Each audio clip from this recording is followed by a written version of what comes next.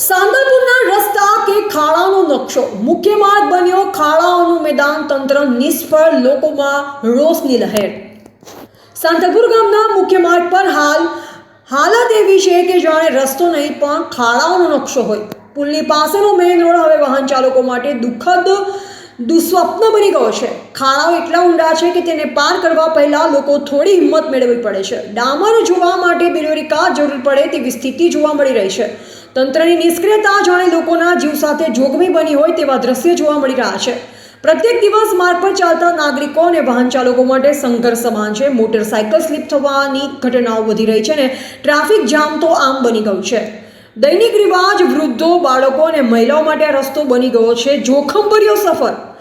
માર્ગ મરમ્મતની માંગણીને લઈ ગામમાં કિલ્લો લૂંટી છે. અમે ટેક્સ ચૂકવીએ છીએ, રસ્તો કેમ નહીં મળે? તંત્ર હવે જાગે કે નહીં એ તો સમય બતાવશે, પણ સાંતલપુરના ખાડા સામે હવે જનતા સ્નેહપૂર્વક નહીં પણ સખત વલણ લઈ રહી છે. એજીપી ન્યૂઝ ઇન્ડિયા હંમેશા સત્યની સાથે.